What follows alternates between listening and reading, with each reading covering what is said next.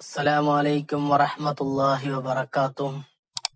الحمد لله رب العالمين، الصلاة والسلام على أشرف المخلوقين وعلى آله وصحبه أجمعين. أما بعد.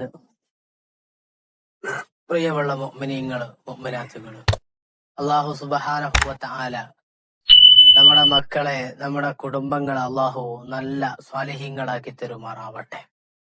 നമ്മുടെ ജീവിതത്തിലെ വലിയ ഒരു ആശയാണ് നമ്മുടെ മക്കൾ നല്ലവരാവുക, നന്നാവുക എന്നത്.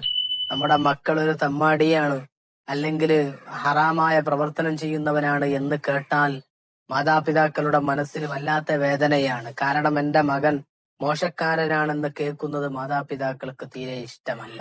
ഒരിക്കലും മക്കൾ നന്നാവാതിരിക്കുക എന്നത് മാതാപിതാക്കളെ സംബന്ധിച്ചിടത്തോളം വലിയ ഒരു വേദനാജനകമായ കാര്യമാണ്.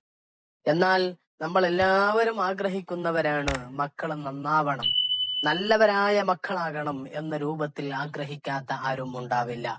എന്നാൽ മഹാന്മാരായ പണ്ഡിതന്മാർ പഠിപ്പിക്കുന്നത് കാണാം, മക്കള് നന്നാവാൻ വേണ്ടിയിട്ട്, മക്കള് നല്ലവരായി തീരാൻ, അല്ലാത്തതിന് മക്കൾ പൈശാചികമായ ദ്രോഹങ്ങളിൽ നിന്ന്, ശൈത്താന്റെ ശല്യത്തിൽ നിന്ന്, പൈശാചിക ശല്യങ്ങളിൽ നിന്ന്, ഹറാമായ ബന്ധമുണ്ടാകുന്നതിന് തൊട്ട്, ശൈത്താൻ ശല്യപ്പെടുത്തുന്നതിന്, വസ്വാസം ഉണ്ടാക്കുന്നതിന് തൊട്ടൊക്കെ മക്കൾക്ക് സംരക്ഷണം ഉണ്ടാവാൻ, അക്രമങ്ങളിൽ നിന്ന് രക്ഷപ്പെടാൻ, മക്കളുടെ മൂർധാവിലേക്ക് 3 തവണ വിശുദ്ധമായ സൂറത്തു ആലു ഇമ്രാനിന്റെ 36-ാമത്തെ ആയത്തിൽ നിന്ന് വ ഇന്നി ഉഈദുഹാ ബിക വ ദുർരിയ്യതഹാ മിനശ്ശൈത്വാനിർ റജീം, വ ഇന്നി ഉഈദുഹാ ബിക വ ദുർരിയ്യതഹാ മിനശ്ശൈത്വാനിർ റജീം എന്ന ഈ ഒരു ആയത്തിന്റെ കഷണം അവിടെ നിന്ന് മക്കളുടെ മൂർധാവിലേക്ക് 3 പ്രാവശ്യം മന്ത്രിച്ചുകൊണ്ട് മൂർധാവിലേക്ക് ഊതിക്കൊടുത്താൽ മക്കളെ നന്നാവുമെന്ന് മഹാന്മാർ പഠിപ്പിക്കുന്നു. അല്ലാഹു നമ്മുടെ മക്കളെ നന്നാക്കി തരട്ടെ.